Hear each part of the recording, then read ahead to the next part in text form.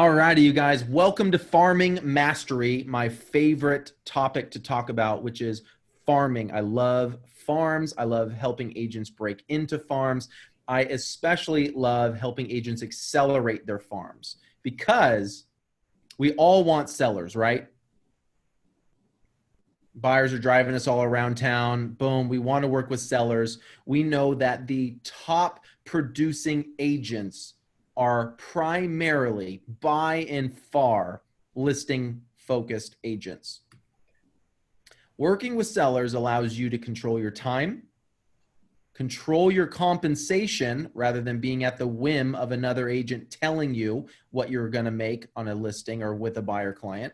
It allows you to control the market and the inventory, scalability and profitability. You can handle 20 listings at a time, but it's really difficult to handle 20 buyer clients, active buyer clients at a time. If you've dealt with 3 active buyer clients at a time, you know they will run you all around because they're urgency minded, whatever. So scalability, and big thing for me, profitability. That is a big thing that I'm going to hit on at the very end, is the profitability of a farm and the amount of how much you're going to keep at the end of the day, which that's what matters to you guys, right?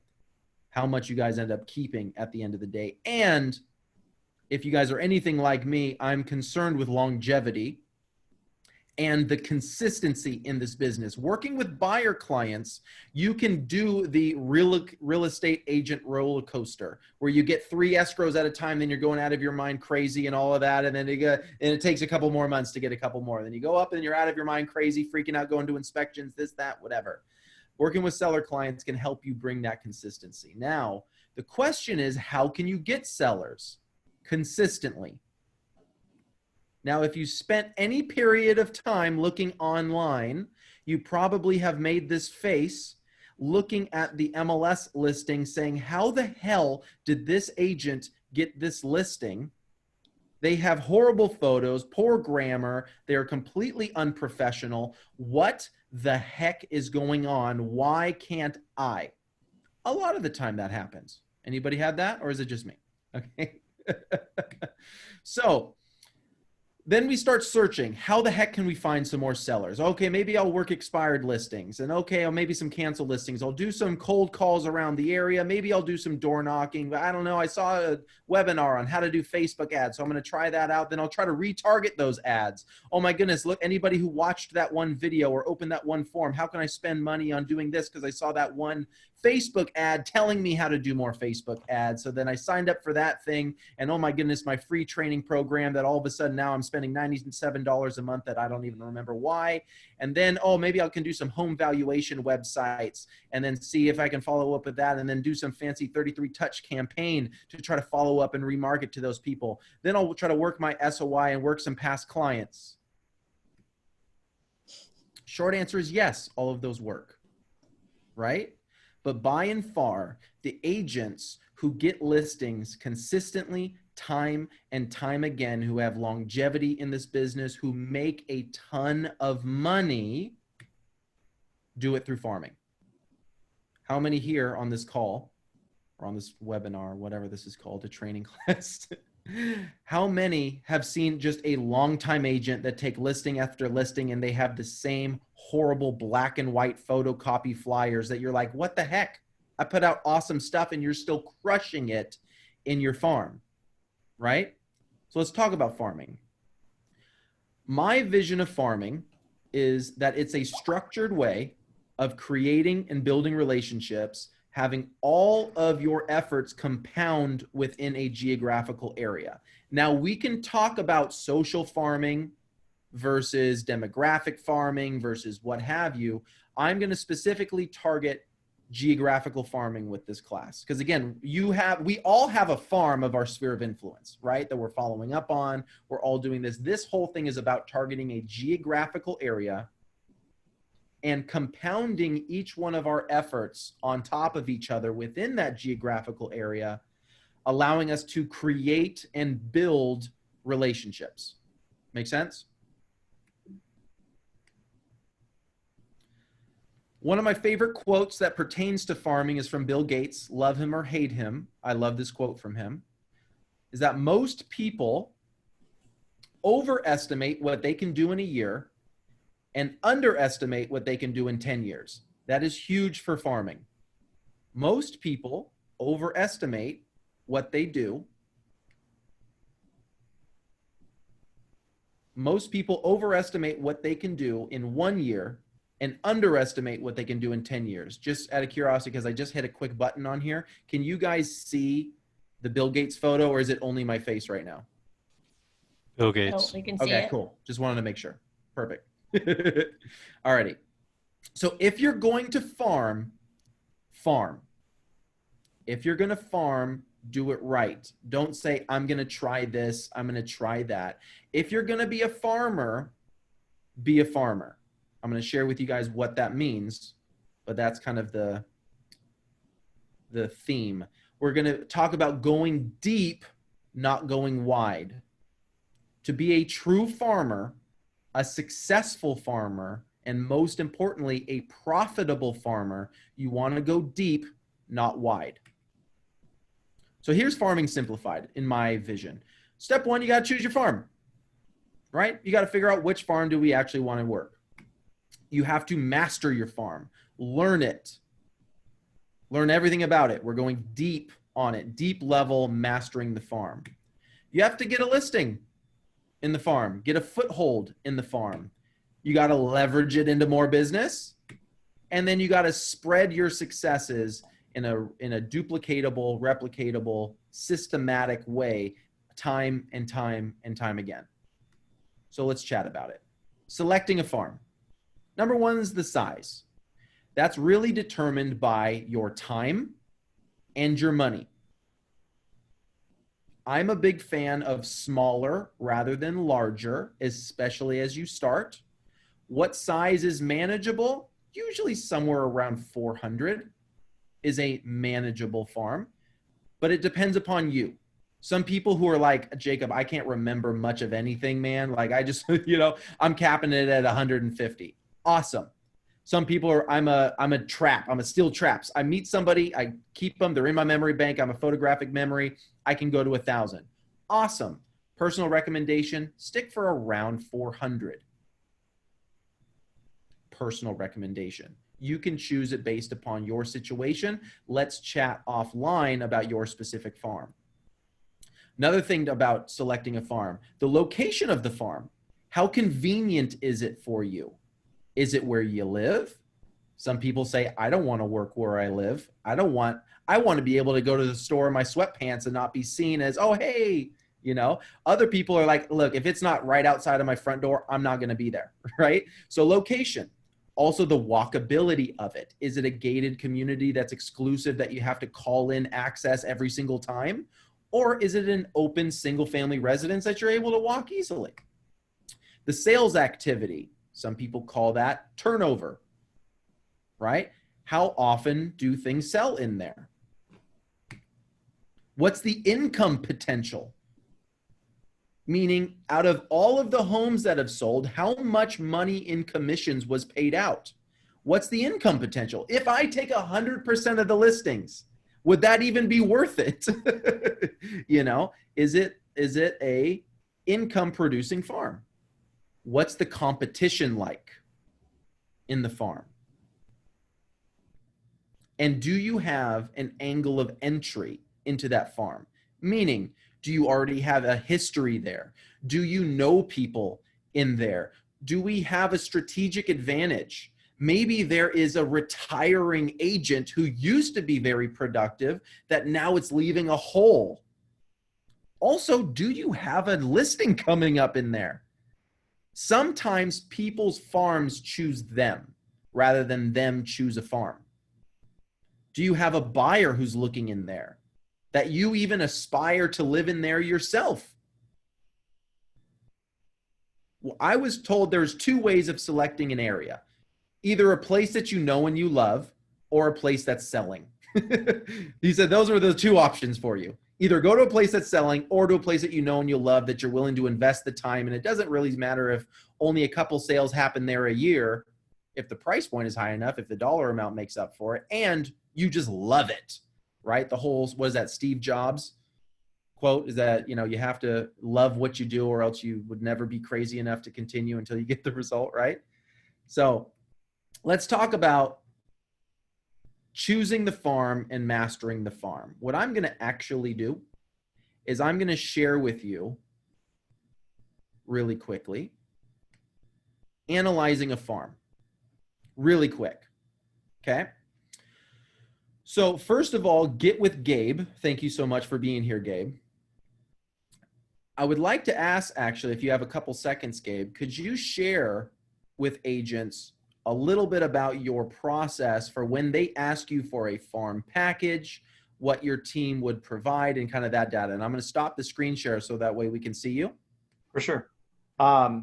Well, initially we break down, who it is that lives there. We can give you statistics about how long they've lived there.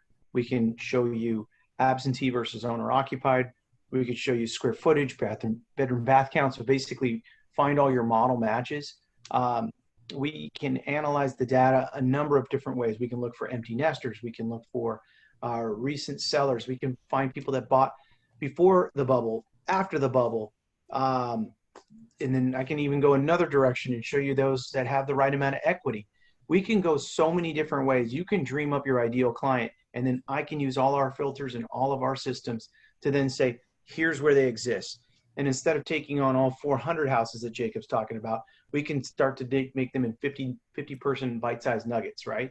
And so we can do all of that stuff for you. I can show you how to use our systems so that you can do it for yourself and there's no downtime. If I'm able to do it, I can even share it and there's practically no downtime, but we've got a whole team of experts on the inside that can put together a fantastic package. So if you said, Gabe, I want the vistas in Mission Viejo and I want them separated by square footage. I want them separated by year built. I want them separated by owner occupied. We can break it down any number of ways. And that's what we do. We have the data and we know how to give it to you in a successful format. Awesome. I love it. He's the keeper of the data. He can help you not only get the information on the farm, but help segment the farm into different groupings, whether they're empty nesters, like he said, non-owner occupieds, all of that. So Gabe is the keeper of the data to find out. They have the turnover rates. They have, how long people have lived there. They have the total number of homes that are in the tract in there. So he is a great resource for making sure that you know. One more thing. I mean, there was one that we did for Jerry where we looked for people that owned at least 2 houses, so you can look for those investors that are local investors. You can look for people that concentrate their efforts for out-of-state owners that their house is here in your local area. We can get crazy with you. You think of how you want to deliver the data. Those out-of-state owners are very ignored. Maybe they get 1 letter a year, maybe they get 10. Just depends on how active their farmer is. And so, yeah, we've got the data. Love it. Love it. That is awesome. So what we're going to do now, I'm going to go back to sharing the screen because I want to share with you guys on the MLS tactically, how you guys can see the screen now? You guys see my MLS? So let's talk about analyzing a farm, right? Let's say I were to go into our market area. This is just a search that I have saved up, which, by the way, when you create a farm, make sure that you set up your market watch as a whole, but set up a hot sheet for your farm and make sure you have an auto search and a favorite search for your farm area that you're automatically getting notified of every single activity that's in there. I would encourage you to actually use a cross property search. If you've never utilized a cross property search, that shows every single type of listing, not just residential. It will show when a rental pops up. It will show if there's a plot of land that pops up. It will show you any other option, not just residential. Because you, as a farmer, you want to know what's happening rental-wise, right? So you can save, let's just say, cross-property search, detail, and let's go to Mission Viejo, for example. Let's see an active list of everything happening in Mission Viejo. So let's go here. I'm just going to choose one. Okay. Let's see. What's this tract? Spadra. So let's open this up. And this is Deanne Holmes. This is a tract called Deanne Holmes. So what I'm going to do, I'm going to copy that. I'm going to go into criteria. I think it's just Dean. Dean Holmes. You can obviously tell I'm doing this on the fly. I did not pre-plan this. Thank you, Gabe. So there are 2 active searches. So what I can also say is everything in escrow, but also I want to see what has closed in the last 365 days. There have been 30. Of those 30, 1 is for lease. We have had 1, 2, 3, 4, 5, 6, 7 homes leased over the last year in there. And what is that? 30 minus 12, 30 minus 11. So what is that? 19 sales. So you can save this as a new auto email, so that anytime something happens in your farm, you can even say coming soon. And then of course you can say expired, cancel, hold, withdrawn. So that way, if there's any updates at all, whether it's a lease, whether it's a sale, whatever, you can send this to yourself with an auto email. And you can also add this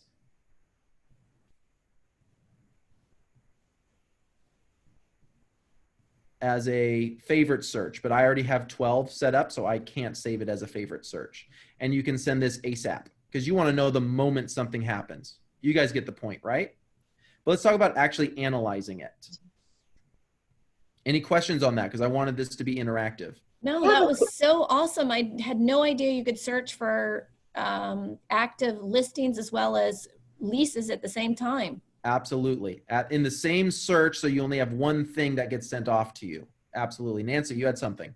Yeah, so I hadn't seen that before either. That's fantastic. Yeah. So when you click as a favorite search, it'll come up then on your first screen. It will there. show, correct. So it will show here favorite searches. Like I have one of these set up for, is there one for Las Flores? Yeah, there it is. Las Flores active. Just so you guys know, I live in Las Flores. So I have it set up that way. I also have I think it's RSM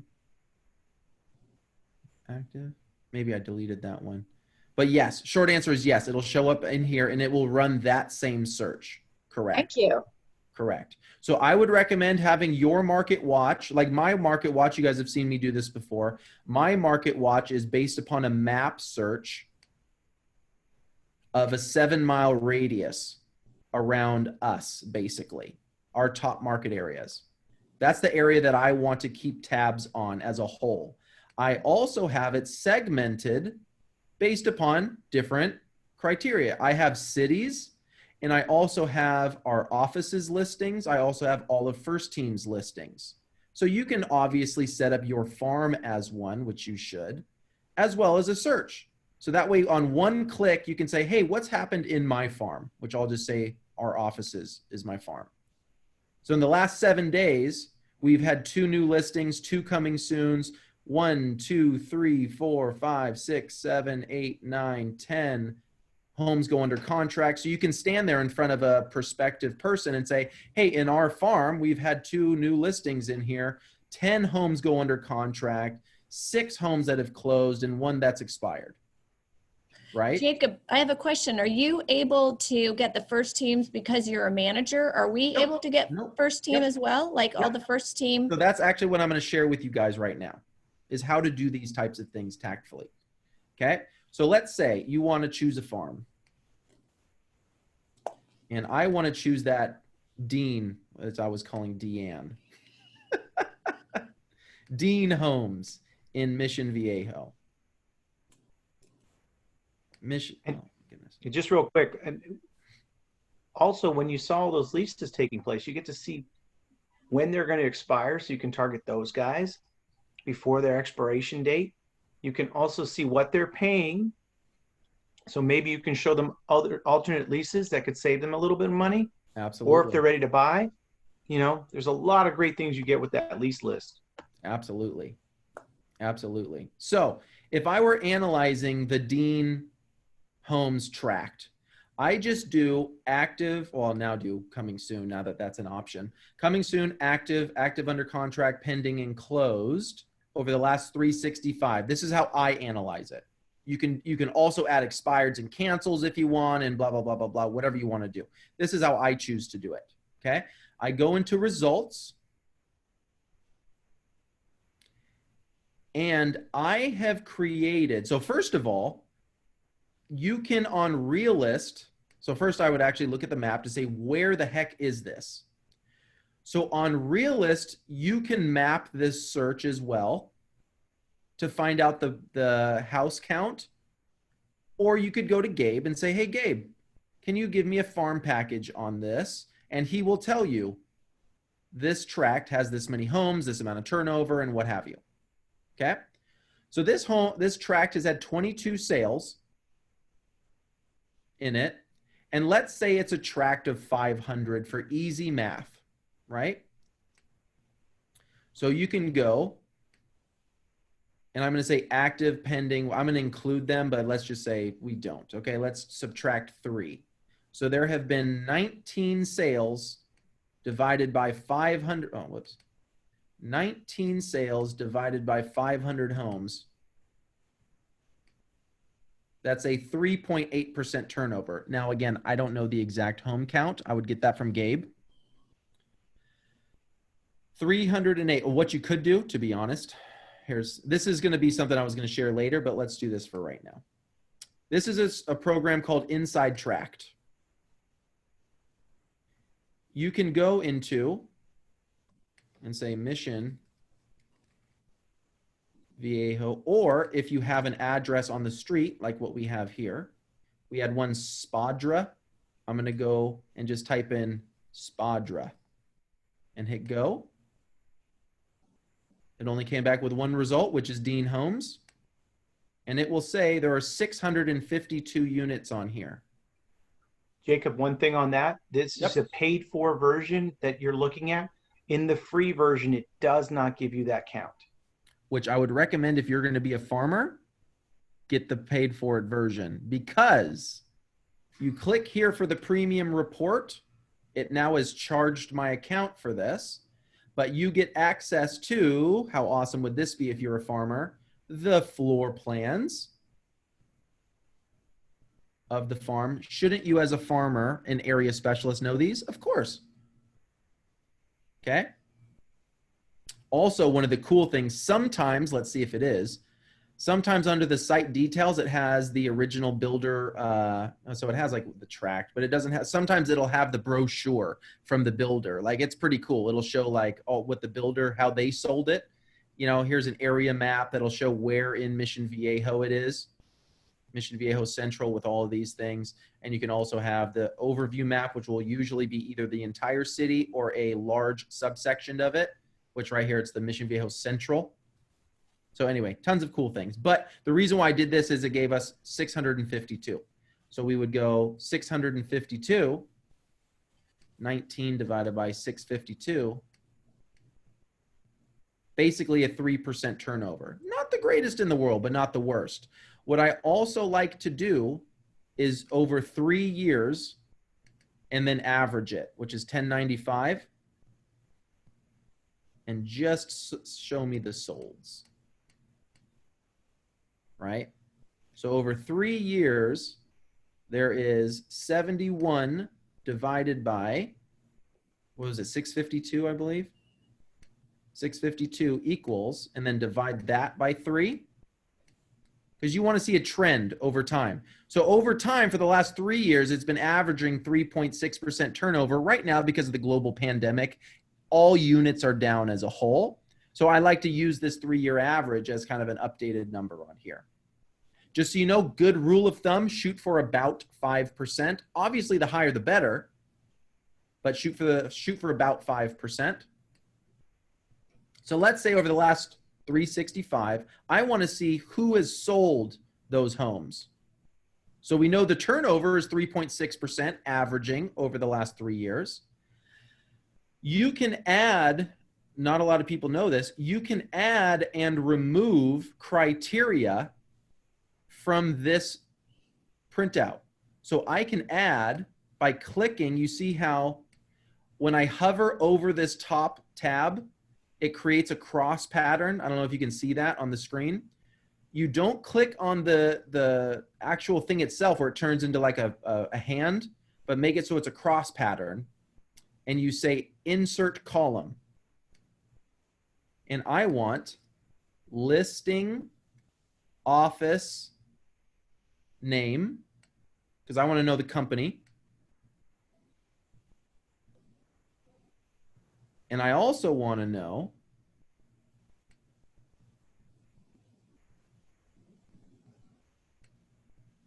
that's weird. Oh, because I said co-list office. So you got to be careful with that. So I'm going to remove the column. And I'm going to go, because I thought that was weird why only a couple of them had something on there. So I'm going to go list office name.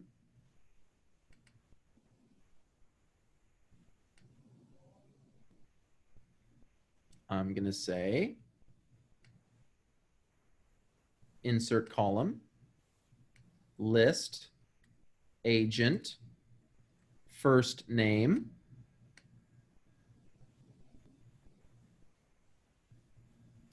I'm going to say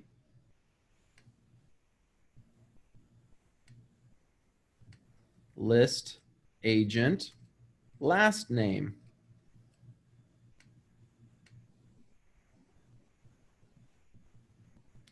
So there have been 19 sales, and then I'm just going to sort it by last name. Oh, whoops. I'm going to sort it by last name. So there have been 19 sales in this tract. I'm just going to look for duplicates. Dave Gubler has sold 2. So there's only been 1 agent who's sold more than 1 house in here. So there have been 19 sales by 18 different agents. Does this look like a heavily marketed competitive farm? No.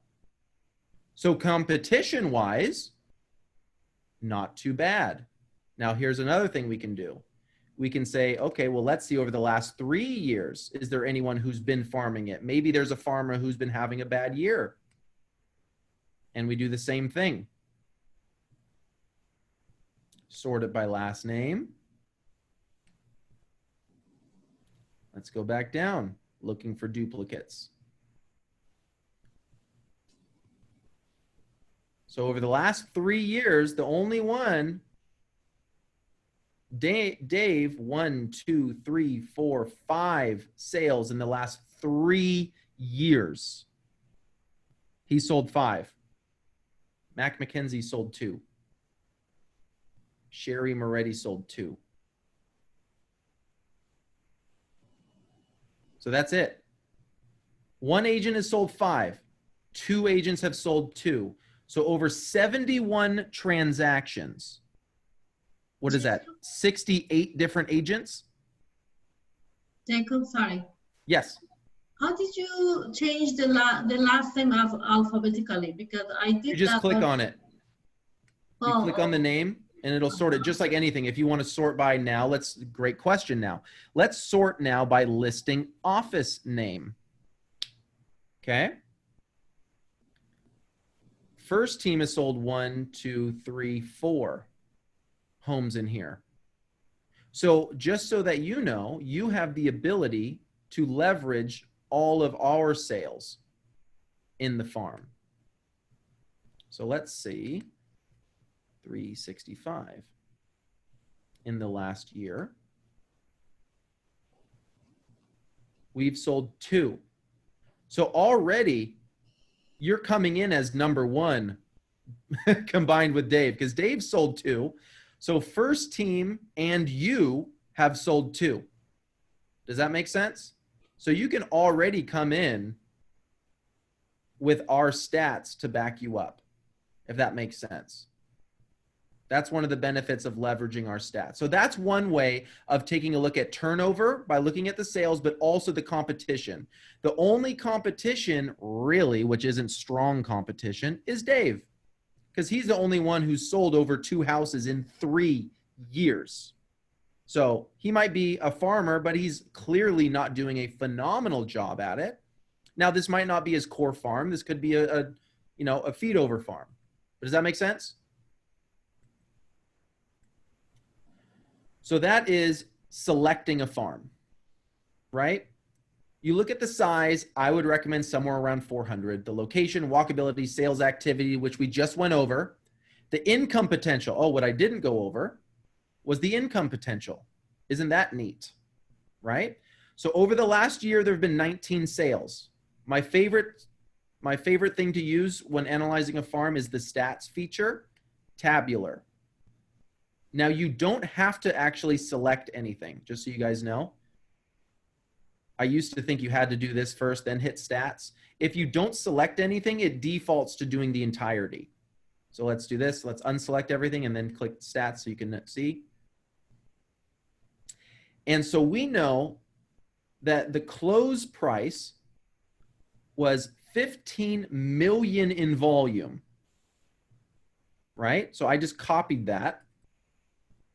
I'm going to go back to my calculator and say $15,651,000, and I'm going to multiply that by 2.5%. Whoops, by 0.025.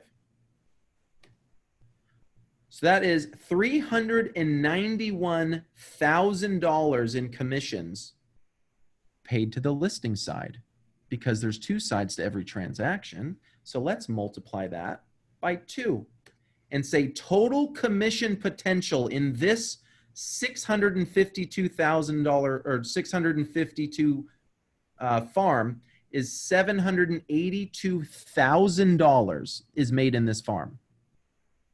So even though the turnover rate averages at 3.6%, someone might say, oh, go find a better farm. I'm looking at there's over $750,000 of potential in this one farm with 0 competition realistically. And it's only 3/5 of the number you're actually looking for. Can you imagine if this turned over at 5%? It'd be over $1 million. Right? So this is how I look at a farm. So when people are splitting hairs on a farm, wow, what do you think, Jacob? Should I do this or should I do that? Well, this one's a 4.2% and that one's a 4%. Tell me in dollars, because at the end of the day, you're spending dollars, not percentages, right? Let's break it down into dollars. I like looking at $750,000, not is it 3.6% versus 4.2%, because we can split hairs over that all day long. This is what I think about, right? So next step is mastering the farm. Once you choose a farm, you have to master the farm. I have given you guys all of this. If you don't have it, email me. I will send you out another copy. But these are things that I personally put together that would help me with a farm.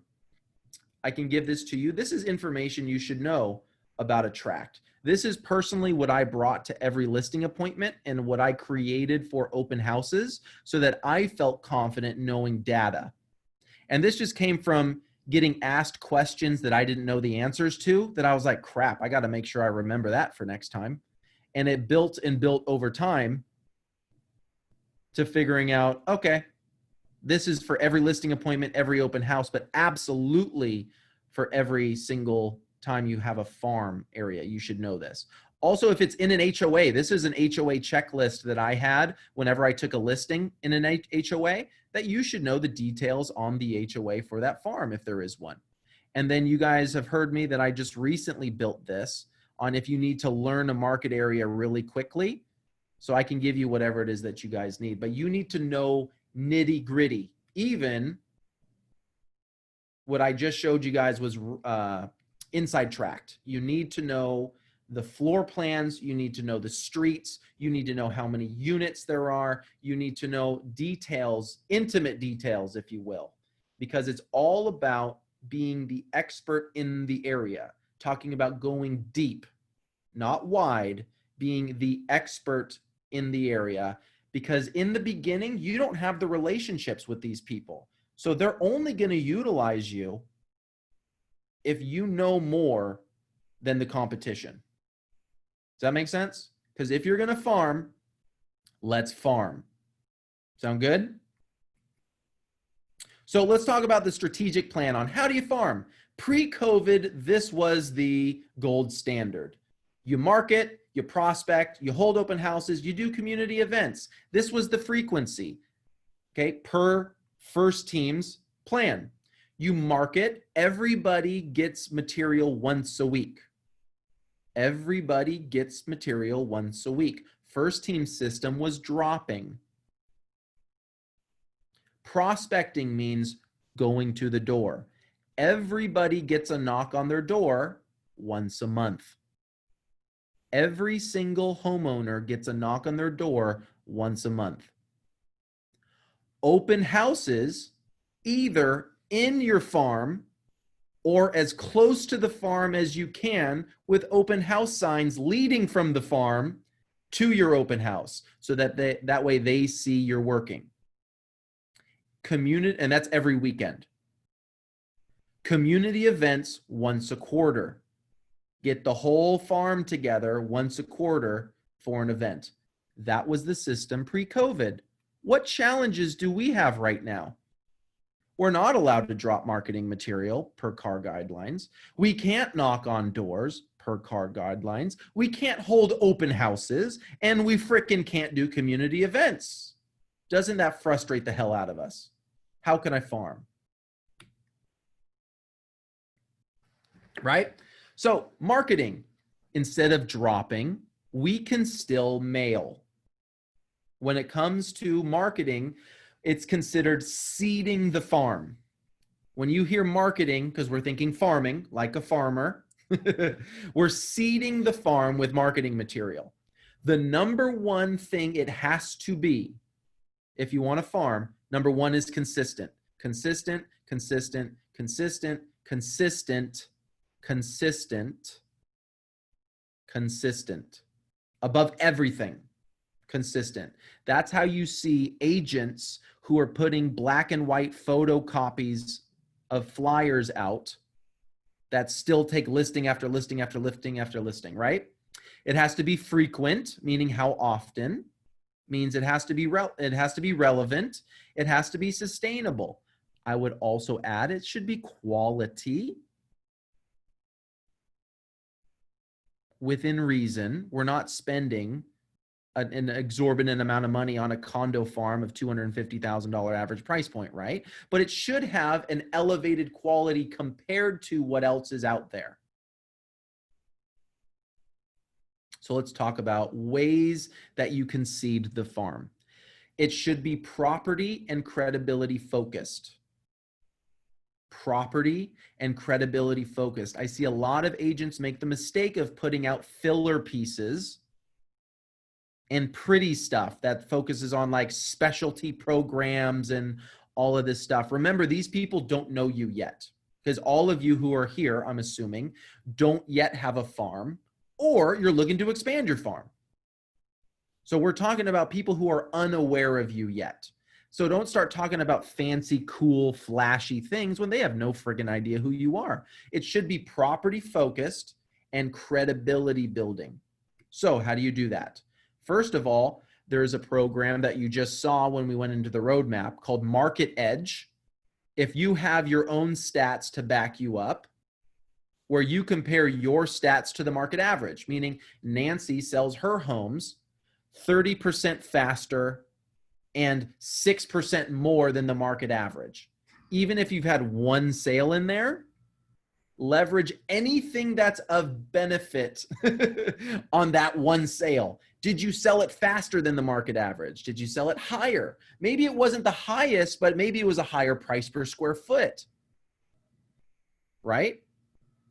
Nona sells her listings $30,000 more than the market average, right? Or if you don't have stats, use first team stats. Use that same MLS stats feature. If you don't know how to use first team market edge or whatever, just search the stats page where I selected everything, write down what those numbers are, and then select all of first team sales and only run those numbers and compare the two. Does first team sell? Like if the highest agent has sold 2 houses and first team has sold 3 houses, you can say first team and Joseph sells more than anyone in this tract, right? If that price per square foot is higher, you guys get the point. Stats focus, that's for credibility. Leveraging our listings. Anytime there's a first team listing in your farm, if the agent doesn't farm that area, which by the way, I'm not a believer in protected farms, because my belief is if you're a true farmer, the competition should drive you. If you're a true farmer, you shouldn't be afraid that some new young buck is coming in and put out one mailer piece, because it's all about the relationship, right? But leveraging our listings, call up that agent. Hey, so-and-so, I saw you took a listing. It's actually my farm area. Are you planning on putting out any marketing material for that? No, I was thinking about doing something, but we're probably, I don't really know. Cool. Would you mind if I put out a just listed for you and help you market it? Because I'm going to try to get a buyer for you. Yeah, sure, man. Put it out. Awesome. Cool. No, I don't really want you to do it. I'm going to put out my own piece. Awesome, man. Hey, respect. Good luck to you.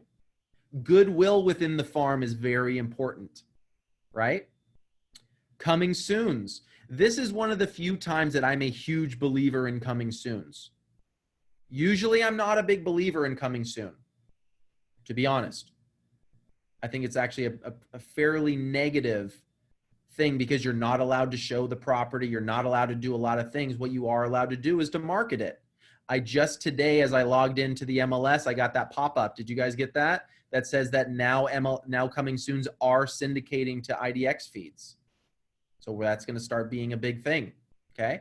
So coming soons, we are now in a farm. I would recommend putting a sign out in your front yard with the coming soon sign, having, of course, the coming soon form filled out, doing everything as you're supposed to, but put out marketing material for it. Just listed, in escrow, just sold pieces, expressing your successes. Anytime it's in escrow or just sold, put out something of significance about the listing, meaning in escrow with multiple offers within 7 days, right? Not just in escrow, but say something of wow, something of significance, something of importance. For just sold, find something of significance for that. Like highest sale of this model since 2012, right? Highest price per square foot in the farm ever, right? Sold 50% faster than all of the rest, right? Sold $50,000 above, asking price, right? Something of significance. I put open house in quotes because we're not doing open houses anymore. However, you can invite them to your virtual open house. Go to this URL. For the love of God, don't put zoom.firshteam.com/ABCRX247- / blah, blah. Buy a custom URL of your farm. Buy a custom URL of your farm. Even if you don't have a website for it yet, buy it now. Like you can do, what was that, deanhomes.com? deanhomestract.com. If Dean Homes is taken, Dean Homes Tract, or mvdeanhomes.com. Find something that's easy to remember and have openhouse.deanhomes.com. right? Something like that. Or 123main.deanhomes.com, right? Something like that. Also putting out testimonials. I love video testimonials. I love video testimonials. Have a postcard with a screenshot of either a Facebook or YouTube video testimonial with a play button on it that says, to watch the testimonial, go to johnsonfamily.deanhomes.com, right? Where it is driving them from offline to online for you to capture. And the big one that I want to focus on is the I have a buyer letters. That is what's working right now. That is what's working right now. That is what's working for lead generation. Cold market I have a buyer letters are working right now. When it comes to I have a buyer letters, we have options. Number one, you do it yourself. You get the data from Gabe for all the male, model matches. That works. You have the spreadsheet or the Word document that you can download off of First Team. You either mail merge it and do a custom one, or just say dear homeowner or dear whatever, and you just do it like that. Do it yourself. Another option, we have Karen, who has an a la carte menu that you can choose as much or as little as you want, where she is willing to fold, stuff, label, stamp, deliver to the post office for you. Or if you say, look, I'll fold it and whatever, I just need somebody to label it. She has an a la carte menu right here in the office. Karen will do that. There are also full service white glove mail houses that all you need to do is send them the Word document, send them the list from Gabe, and say, print it, mail merge it, print it, stuff it, send it out. I don't even want to worry about it. You can choose any of those. PrintGenie.io is a phenomenal option for that. PrintGenie.io, or Go Big Printing is another one. The Printing Train is another one that will do it white glove service. Or you do it all yourself, because you're going to pay obviously more to have somebody do that. But it's all about going deep, not going wide. So let's talk about marketing tools, about seeding the farm. First of all, we all have access to LucidPress. This is a very easy way to create marketing material. LucidPress. We also have the marketing department. If you want something custom done, or even if you want the marketing department to create a template for you to add to LucidPress, that you can have the consistent message time and time and time again, but it's custom to you. Get in touch with the marketing department, send an email to marketing.firstteam.com and say, hey, I'm starting a farm. This is what I want it to look like. Haven't seen anything I've liked in LucidPress. Can you draw me up something custom? And they'll say, sure, for $25, we'll draft up something custom. And if it takes longer than a certain period of time, for $50 an hour, we'll develop something super custom for you. If you don't want to figure any of that stuff out, canva.com is an incredible resource. I personally pay the $12 a month to have a pro account. That's how I create logos and all this cool stuff. And just Microsoft Word to send letters out, right? It doesn't have to be super complicated. Another thing is note cards, handwritten notes. I'm a big believer in handwritten notes. Handwritten notes. Something I don't want you to forget about. Opportunity. Check with your farm for the specific numbers, which Gabe will give you. But 29.8% of our lists, of our market listings, are vacant. Almost 30%, which is almost a third of the transactions, or active listings, to be honest, it's active listings, are vacant, which we can assume the majority of those are non-owner occupied. There's some unicorn sellers who are able to buy first and then sell later, but the gross majority are going to be investors. So target non-owner occupied. Let's talk about prospecting. We can't door knock. However, We can still walk the neighborhoods, and we can still call. Do not, for the love of God, use robo-dialers or sly broadcast auto voicemail droppers. You will get in a lawsuit. That is illegal. Don't do that. You can still call them manually and call them up and say, hey, this is Jacob Lawlor, First Team Real Estate. We haven't met, but I've been sending you stuff. Right? Great option for non-owner occupied investor clients as you're seeding that farm. But easy way of doing it. I just wanted to introduce myself. If I could ever be of service, please let me know. Here's a notepad. Notepad is the farmer's tool, by the way. A notepad is the ultimate farming tool. It has been for years, and it still works because we all need notepads around the house. People usually don't throw away the notepad, right? Even if you put it in that little envelope thing with a flyer and a notepad, they'll throw away everything but the notepad. They're like, I'll use that. Right? Has anyone ever sent you a note from another agent's notepad since you've been an agent? That used to drive me nuts when my wife's family would send me little notes like, hey, can you do this? I'm like, hey, look, I gave you 1,000 of my notepads, right? Like you could use mine, right?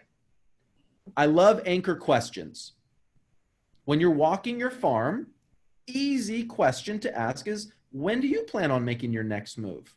Perfect for a farm because most people will tell you years down the line if they give you a number at all. And guess what you can do? Come back and come back and come back. 5 years ago, you said you wanted to move in 5 years. How you doing? I'm still here, right? When do you plan on making your next move? One of the easiest questions to ask in a farm. And here's another one Monica Carr used to use. For the right price, would you consider selling? Choose whatever verbiage or dialogue works for you, but you should have, they call it the Columbo, right? Oh, by the way, right? As you're leaving their door, when you're leaving their wherever you are, as you're walking the neighborhood, not knocking on the door and not dropping the material, but as you're walking your farm. Oh, by the way, before you guys go, when do you guys plan on making your next move? Oh, not for a while. Oh, no way. Okay. So when you guys do decide to move, where do you want to go? Oh, we're maybe going to go to San Diego, but it's not going to be for a while. Oh, awesome. San Diego, what's going to take you guys down there? Oh, we're going to want to get closer to grandkids.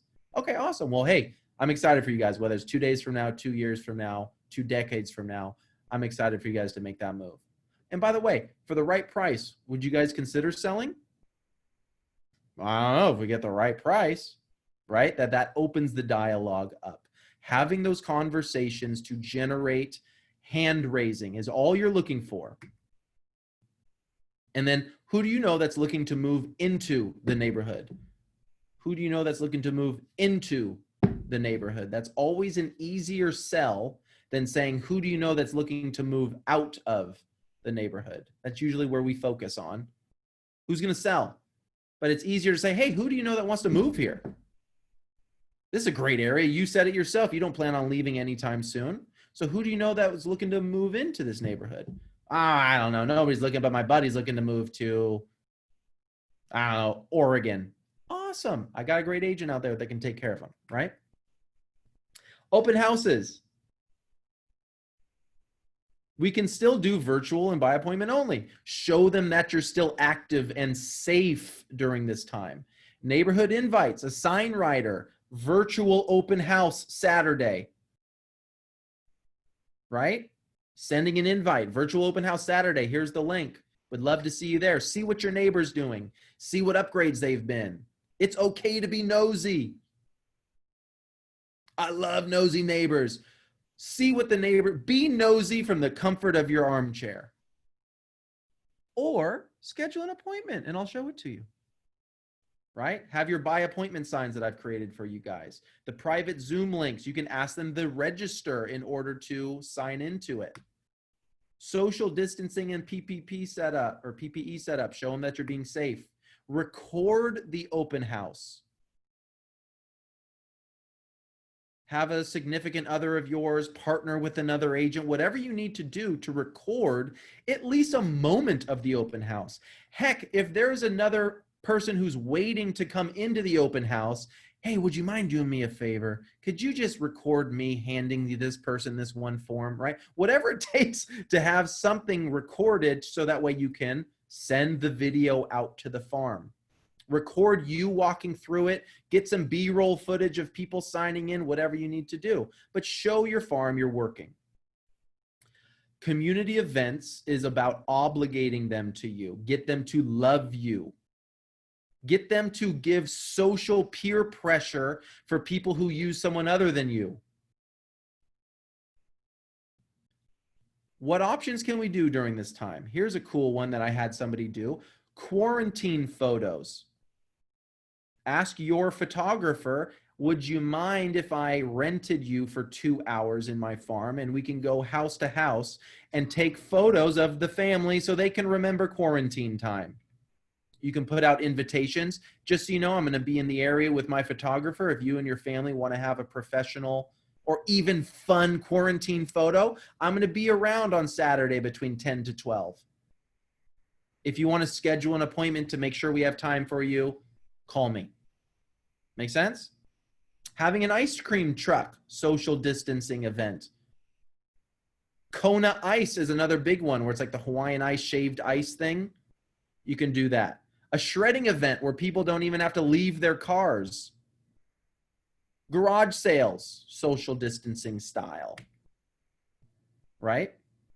So, when it comes to prospecting in the farm, always remember the most important thing is the relationship you have with these people. You cannot win the farm by marketing alone. You cannot win the farm by marketing alone. Ask yourself, your personal house,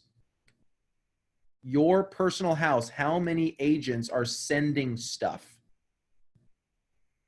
Think about it. How many agents are sending stuff? And even sending stuff consistently. How many of them have you met? How many of them do you know? Not just met. You may have had a conversation with them at one point in time. How many of them do you know? How many of them know you? Whereas you're walking down the street, they're walking down the street. You don't say their name, they say your name. Think about it. Buyers will buy the house regardless of the agent. Buyers will buy the house regardless of the agent. Sellers are motivated by the relationship. Case in point, I have done exorbitant pieces before. Exorbitant pieces. Pieces where the company is like, Jacob, how did you do this piece? Can we use it as a template for whatever? I sent out a piece. Let's see if I can even put this out.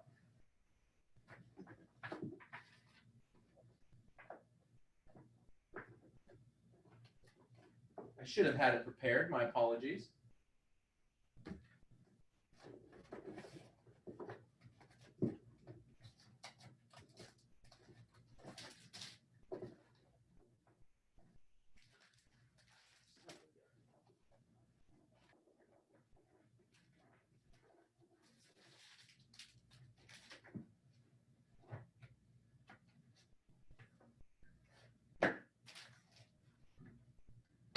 That's unfortunate. I don't have it here. Anyway, I sent out a piece that the company even had me do a little training on how I did it, how I built it, whatever. It was a 12-page, beautiful brochure. I got 7 phone calls from that one piece. 7 phone calls from that one piece. 6 of them were agents. All of them said, except for one, because one was actually an agent who lived in the farm. All of them said, my client showed me your piece They thought it was awesome. Can I use it?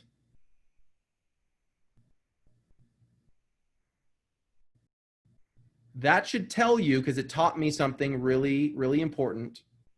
The piece does not matter as much. It made an impact. Because I know for the agents who called, there are probably 10 times more that didn't call. So it made an impact. However, what did those people do? Did they call me? No. They called their trusted agent. What did you tell the agents? What's that? What did you tell the agents? I appreciate the phone call. Good luck to you. I'd appreciate it if you didn't. Yeah. You know, I did have one first team agent call that I said, sure. Because she's like, hey, look, I don't work that market. I work the Dana Point market. Could we duplicate it? I said, sure. It won't be exactly relevant, but these are the sites that I've always been an open book for first team agents, right? So I said, look, these are the 2 websites that I use to calculate the data. Sure, go for it. I'll send you, I'll call the marketing department and give them my permission that you could use it. Right? But just know that the piece, too often we put too much thought into the piece. Just know sellers care about the relationship. You have to be credible enough where they trust you, but it's all about the relationship. You cannot win by marketing. You cannot win by marketing. You cannot win by marketing. You will get a portion. It will take time, and it will be a very small portion. We all know agents who mail entire cities. So Jacob, question. Yes. So how can we, like I'm a new agent. I do a lot of marketing out there. You know, I talk to people, I visit people. What kind of events or things do you suggest to start creating trust in your form, like with people in your area? Like what would you suggest? First of all, in the very beginning, I wouldn't do anything community event wise, because who are you to have an event if people don't know you? Personally, I don't believe in it. Or if you do it right off the bat, know that no one will show up and be okay with that. Like if you have a garage sale in a farm of 400 and you've not met people in there, you maybe will get 2 people to sign up for it. Maybe. But you better treat them like the most important person in the world, right? Whoever are your early adopters, you need to treat them like they are gold. Every single person who you meet in the farm should be the most important person in the world to you. Because remember, this is all about relationships. This is all about relationships. This is all about relationships. It's all about meeting the people, connecting with the people. So what event should you do? I wouldn't, only because they don't know who you are. What about Nextdoor? So there are social media things you can be doing, like Nextdoor. You can even create a Facebook group of your specific tract. And then how do you get people to join that? You find the city's Facebook group and you siphon them off, or you set up a marketing piece.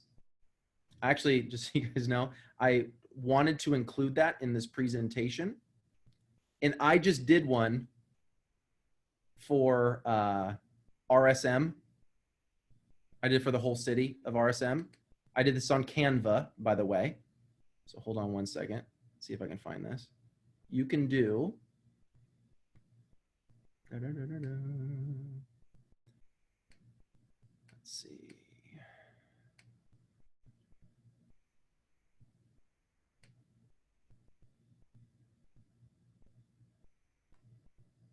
Hold on one second, you guys. My apologies.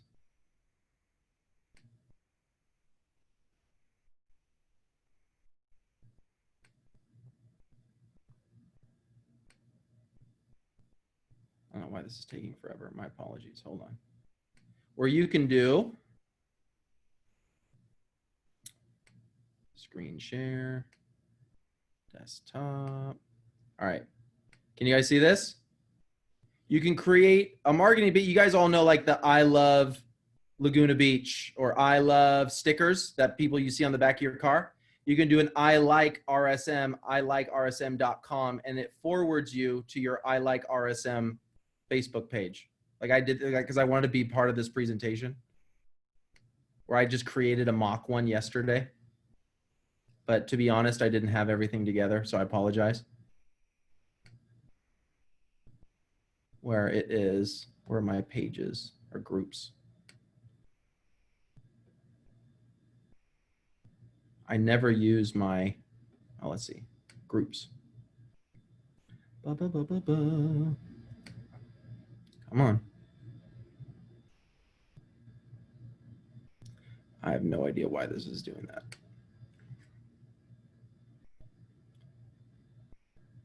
So I created a fake, well, it's a real one, but I haven't done anything with it.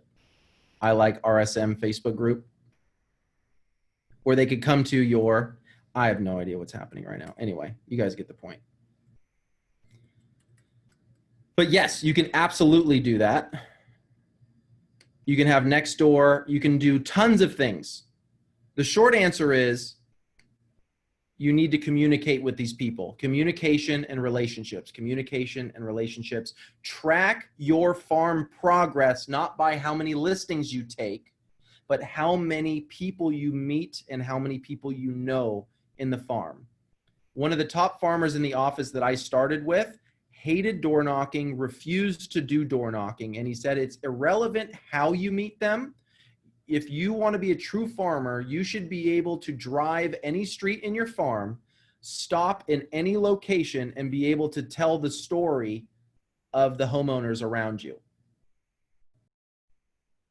Your goal of the farm is to build a relate. All farming is, like I said in the very beginning portion, all farming is a structured, strategic way to build and create relationships within a geographical location. All it is a structured way of building relationships.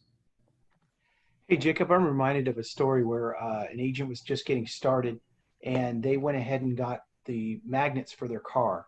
Yeah. And every couple of days, they would take and park their car for a couple hours in different areas within the farm to make it look like they had appointments. And so they basically had a rolling billboard. Absolutely. And they did that for a couple of weeks. And when they drop off their car in that location, they would, hand out 50 flyers on that street, go back to their car, move it somewhere else, drop it off another 50. But they constantly had their car in there on those streets with these giant magnets. Absolutely. And it was just another chance to get advertising. Absolutely. And that same farmer that I was talking about with the person who said that you have to go along and know everybody in there, he had magnets on the sides. He also built a rack on the back of his Suburban that held his open house signs. So he would load up his open house signs and drive the farm really slowly. And anybody who was out washing their car, he would go, "Hey, how you doing?" And they go, "Oh, hey, Mark, how are you, man? Good to see you." Right? So we're in the home stretch, you guys. Jacob, Yes. I heard this site called neighborhoodscout.com is a site that you get to know around the neighborhood. What do you think about that? Have you heard of that? Did you say Neighborhood Scout? Yes. Yeah, that's fine. There's Is it- tons of things. Here's the thing, Sudi. There are tons of places that will sell you information and whatnot. Neighborhood Scout, I believe, is free for a limited portion of it, where it'll give you like a limited report, and then it says if you want the full report, sign up for our monthly fee. There is a phrase in this business that says if you want to get rich in real estate, sell things to real estate agents. That's a wonderful phrase that is true, that we will buy everything and anything. There are That's how I tons make of my money. places. What's exactly exactly. There are tons of places that will sell you seller leads and whatever. Like, just know, like, leads aren't hard to come by. They aren't. They really aren't.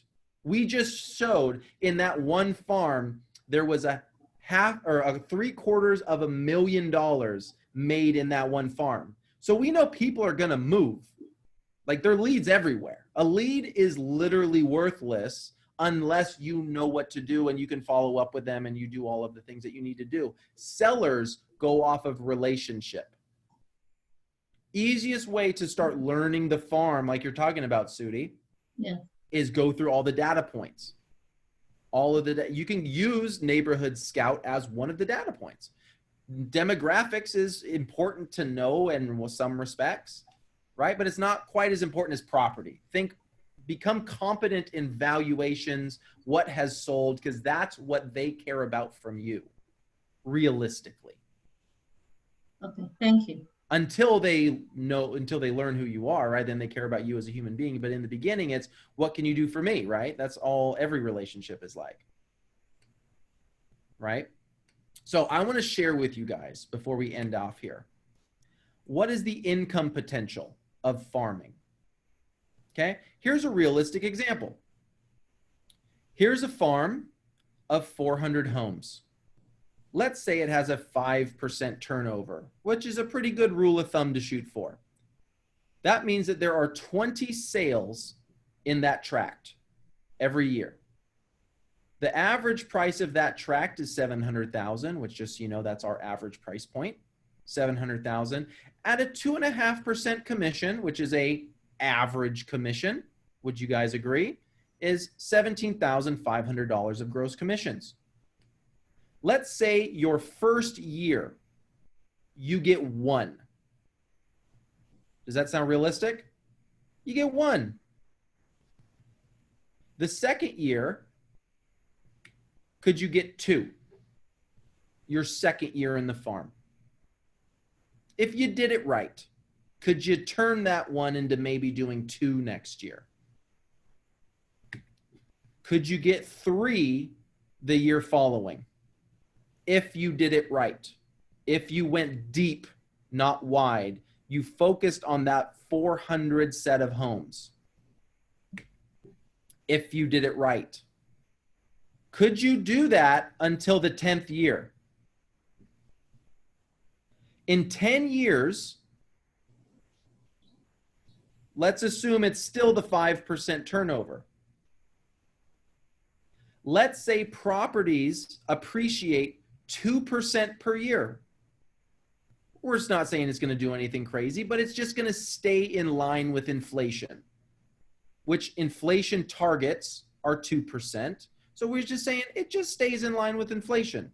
So in 10 years, that $700,000 tract will now be an $850,000 tract. And let's say because you have been the area expert for a decade, you can command a standard commission. I want you to be trained to get a 3.5% commission on your side. We have agents who do that routinely, and I can teach you how they do that. But let's just say you're averaging 3%. Sometimes you get the 3.5. Sometimes you discount it because you really want the listing and you'll do it for 2.5. So you average it at 3. That's $25,000 in gross commissions per house. On your 10th year, let's say you do 10 sales.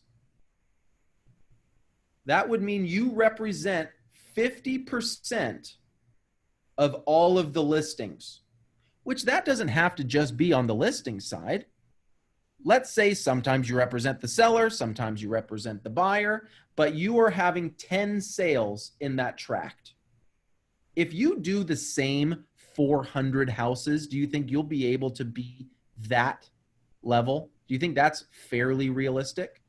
If you commit to one farm for 400 houses and you learn all 400 people and they know you, you would make $255,000 that year just in that farm.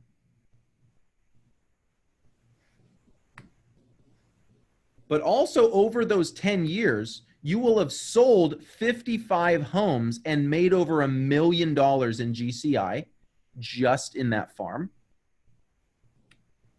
which would mean you would have 55 past clients from the farm.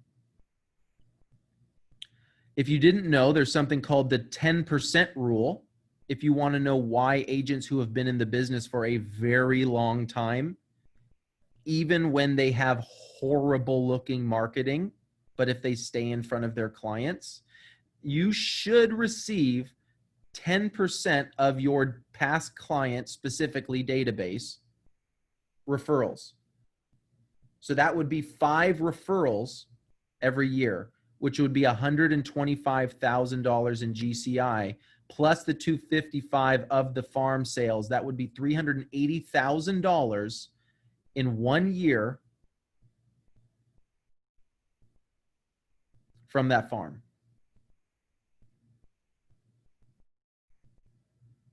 That's not counting anything else.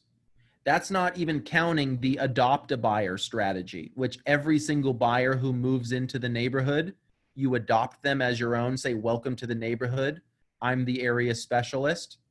Because you know, as soon as they move in, they're throwing parties. They're doing stuff. You know, that agent realistically isn't doing a dang thing. Because what are the statistics? 88% of people, when polled if they would use their agent again, they respond with yes, but only 13% of the time do they actually. If you adopt a buyer, every buyer, which would be 200 buyers over those 10 years, do you think you might be able to squeeze some referrals out of them? And that's just from the farm. That would mean 15 homes that you close in that year for $380,000. All of them are close together. You're not selling 15 homes, one in Lake Elsinore, one in Rancho Santa Margarita, one up in Long Beach, one in this, one in that, driving all around. You can walk out your front door, because most of the time people end up buying a house in their farm, or at least an investment property, because you're getting the inside scoop on the best buys. Would you need an assistant for that? You could if you wanted to, but would you need one to sell 15 houses all within walking distance of each other? Would you need a team for that? Would you need some fancy CRM, fancy 33 touch system for that? No. Could you use one? Of course. Could you try to get more juice out of the with every squeeze? Of course. Would you need it though, if you're selling 15 houses all within a similar area? No. That's what the difference of going deep versus going wide. Could you over time expand the farm and have more? And of course, but just don't expect to have that deep level of saturation. Expect marketing costs to go up. Expect conversion ratios to go down. Because when you go wide rather than deep, you don't have the capabilities of getting that interaction. So it depends on what style of business do you want. Do you want the big team? Because I know teams that make an ungodly amount of money at the top side. And when it finally filters to them, you ask, really? So do you want to be the big name with the big fancy numbers, or do you want to make money? Because if you want to be a profitable, consistent, scalable, and happy agent,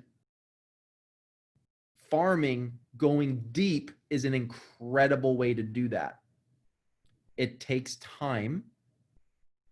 It takes an investment. This is, I look at this like the difference between renting and owning a house, right? Usually renters, everybody knows that they want to buy a house. Like everybody wants to farm. Everybody knows that that's a great way of doing it, but it's going to take time, right? I can make more money doing this right now. I can put money into Facebook ads. I can do this. I can do that. I can do this. But just know when you turn off the tap, it goes away. Having a farm is just like owning a home. The longer you do it, the more equity you build. The longer you do it, the more equity you build. And at the end, you're left with something. So let's talk about action items. Think long term. First off, choose your farm. See if it's manageable, if it's walkable, what's the activity. Contact me, tell me what your farm is. If you want to do this. If you don't want to farm, more power to you. Farm package with Gabe. Gabe's the man.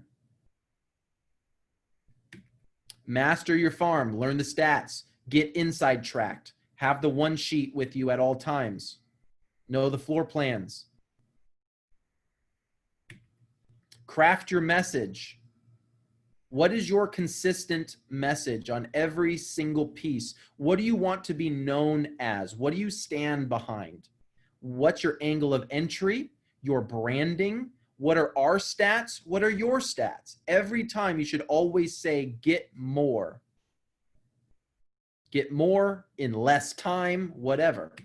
Seed the farm if you need to. Some people will say, Jacob, I will never go out walking the farm until they know who I am. Just know that that's not the case. They don't really get to know you from your marketing piece. But if that's what you need to do, that's what you need to do.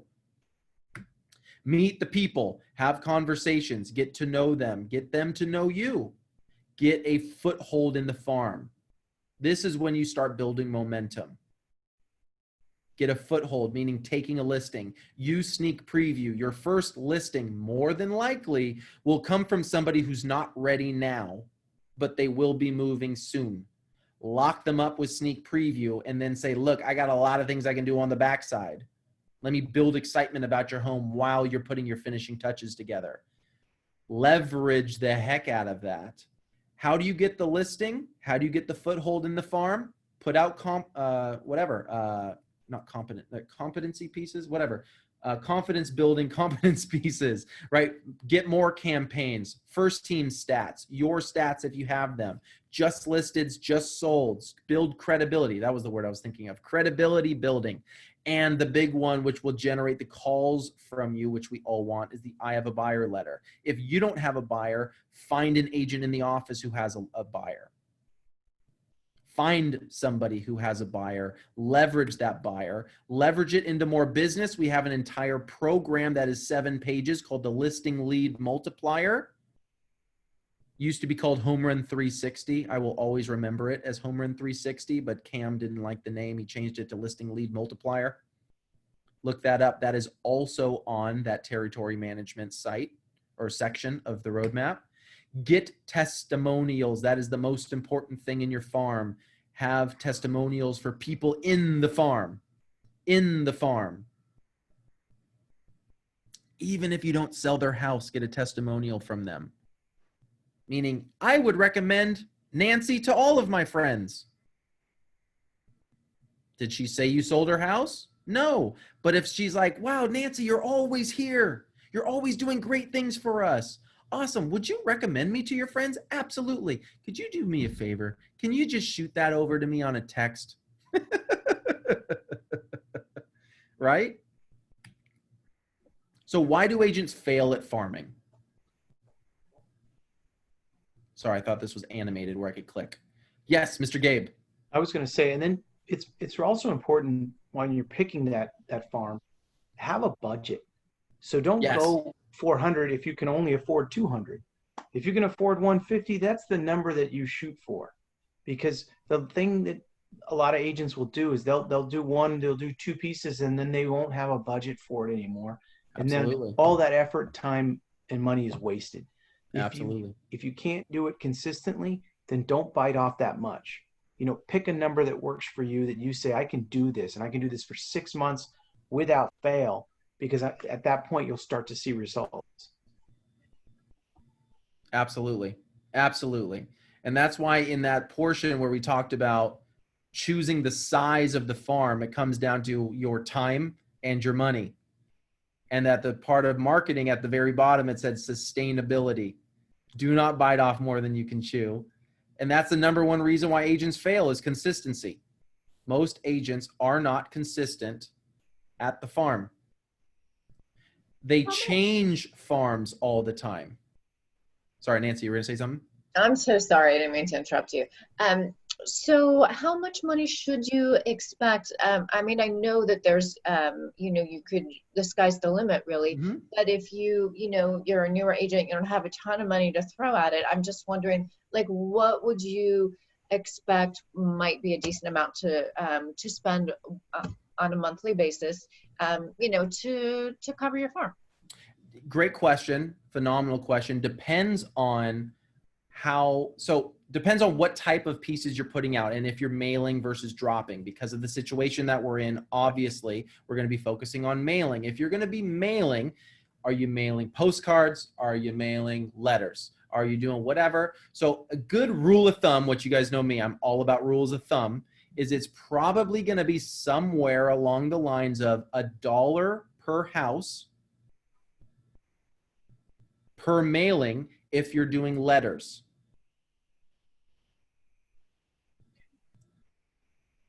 And it's going to be about 50 cents a piece, I'm going to guess, for postcards if you're doing EDDM, which is like 19 cents a piece. And then you do the printing cost. And then it's all EDDM. If you're doing bulk rate mail is about 30 cents. And you guys all know first class mail, which is like what, 52 cents a piece now. So you just add in. So again, I like rules of thumb. Rule of thumb for me is like $1 a piece per mailing. And then if I'm doing postcards, EDDM, about 50 cents a piece. Also, if you do, this is, again, if we're talking about strategy for that, which I usually get into when we're doing one-on-one stuff, right? But if you're doing marketing pieces and you're doing postcards, okay, have generic pieces that work all the time that you send, like you do once a year, like, you do all of first team sales in that farm over the last 12 months. You know what I'm saying? And you do, first team sells more than da-da-da-da-da, and you have the photos of the houses, And so if you can't think of a piece that week or that 10 days, whatever you set up, and Gabe's 100% accurate, have a budget. So it's dependent upon your budget, right? Whether you do it once a week, once every 2 days, once every 2 weeks, once every 10 days, once a month. If you're not doing it at least twice a month, you're not going to get traction very fast at all. But also know the marketing will not do it for you. All marketing is there to do is to soften or pre-expose them to you. So that way when they say, oh, hey, Nancy, yeah, you're that one, right? Right? So don't expect to realistically get much of anything other than the I have a buyer letter. Right? So yes, set a budget, but expect somewhere around $1 a piece for letters, somewhere around 50 cents a piece for postcards, depending on how you mail it and whatever. For a general farm. Right? Thank you. But consistency will trump everything. Consistency will trump everything. That's the whole benefit of the farm. People change farms. They do starts and stops all the time. Like, I took it off. I got too busy and da-da-da-da-da. That's why they don't get traction. Or they focus on marketing. They only do the marketing where they're consistent. I hear that all the time. I was consistent in my farm for 6 months. That's great. How many people did you meet? I get this all the time. I'm so frustrated. I've been doing all of this and they listed with somebody else. My question will always be immediately, did you know them? And I'll regularly hear no. So you have no business selling their house if you didn't know them. Second follow-up question, if off the off chance you say yes, you knew them. Second question would be, did they know you? Not have they ever talked with you, because people talk to a lot of people. Did they know you? My third question is, have you ever been inside their house? That should be the 3 kind of litmus test. Did you know them? Did they know you? Have you been inside their house? So they never meet the people. They never get to know them. They're not asking questions while they're farming. I'll hear that a lot. Where it's like, oh, I've had a lot of conversations. Okay, cool. Have you asked them when they're going to move? Well, no. Okay, well, what the hell did you talk to them about? Well, I just said, you know, I'm here for you. Well, great. A lot of people are there for them. Did you ever ask them? Are they planning on moving? Right? Do you ever ask them for referrals? Again, most people overestimate what they can do in a year, but severely underestimate what they can do in 10 years. I saw a lot of your faces kind of squint when I said 10 years, you're selling half of the listings in there. Do not underestimate what you can do in a decade if you do it right, but don't overestimate what you can do within 1 year. Focus on getting one. But all of this assumes one thing, that you are a great listing agent, which means when you get the opportunity, you can capture it and take advantage of it and get it done and have them have a great experience and want to refer you. So that is what we're going to do next Wednesday at 1 o'clock.